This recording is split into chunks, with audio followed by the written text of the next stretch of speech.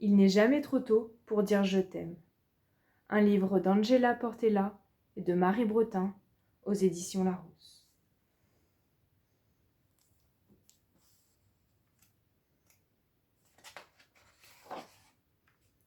Il n'est jamais trop tôt pour dire je t'aime.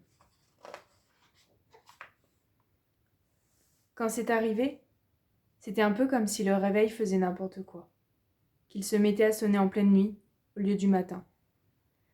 C'est trop tôt, c'est trop tôt, s'était crié Lucas. Tout le monde avait l'air inquiet. Ça faisait un peu peur. En même temps, c'était chouette, tu allais arriver. Cette nuit-là, on a dormi chez la voisine. Papa et maman, eux, sont vite partis à l'hôpital.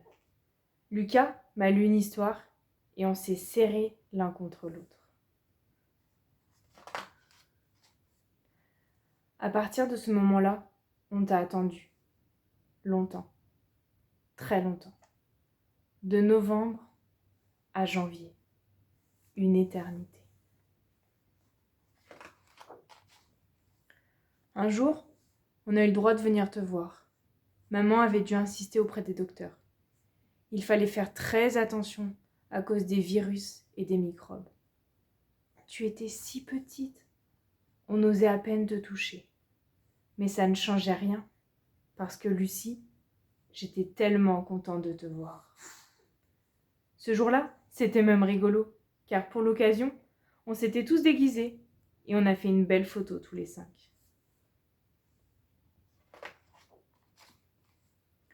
Au bout d'1 heure, on est reparti, le cœur serré. On n'avait pas eu trop le temps de s'attacher. Alors après, on a continué à vivre, à jouer. Une fois en classe, j'ai pleuré. Je me demandais si tu vivrais avec nous un jour. C'était si long d'attendre. Mais heureusement, ce jour-là, maman m'a dit « Ne t'inquiète pas, Raphaël, on va aller lui acheter un beau doudou. » Avec Lucas, on t'avait déjà prêté les nôtres, parce que toi aussi tu jouais là-bas dans ta chambre, avec tous tes fils. Il paraît même que parfois tu te balançais de liane en liane. Mais ce lapin-là était un doudou spécial.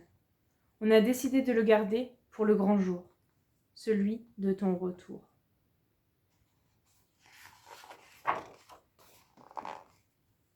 Le matin, quand je mettais mes chaussures, je passais toujours devant ton petit lit vide. Ça me rendait triste. Sur le chemin de l'école, je demandais souvent « Quand est-ce qu'elle arrivera ?»« Bientôt, bientôt, disait papa. Elle pousse bien notre petite aventurière. Je ne savais pas que c'était si long d'avoir une petite sœur. Le soir de Noël, on a réveillonné.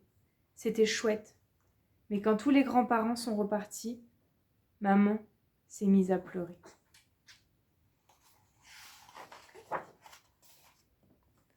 Un peu plus tard, dans la nuit, papa est allé t'apporter tes cadeaux. Il n'y avait que les parents qui pouvaient venir te voir, à n'importe quelle heure. La chance. Pour le réveillon du Nouvel An, papa et maman t'ont mis ta tenue de soirée. Après, on est allé avec eux danser. Il faut continuer à s'amuser, disait maman. Ça lui donne des forces, disait papa. Alors on continuait pour nous, mais aussi pour toi. Tous les jours, papy se rendait devant l'hôpital. De loin, il regardait la fenêtre qui donnait sur ta chambre, et il te parlait. Lui aussi, il t'attendait. Maman téléphonait beaucoup, car tout le monde voulait savoir, s'impatientait. Et puis un jour, c'est arrivé, enfin. Papa et maman nous ont dit « Demain, on va chercher Lucie. » Lucas a hurlé « C'est pas trop tôt !» On s'est pris tous les 4 dans les bras. On sautait partout. On était heureux. Le lendemain matin, à l'hôpital, on t'a attendu encore un peu. quand soudain tu es apparu, dans les bras de maman. Tu avançais vers nous, dans ce long couloir, les yeux grands ouverts. Mon cœur battait très fort, j'étais si heureux de te revoir. Arrivé à la maison, dans le salon, tu as regardé partout autour de toi, et tu as souri. Avec Lucas, on est vite allé chercher le doudou qu'on avait choisi pour toi, et on l'a posé au creux de tes bras. Lui aussi, il avait beaucoup attendu. Dessus, il y avait écrit « Je t'aime », parce qu'il n'est jamais trop tôt pour dire « je t'aime ».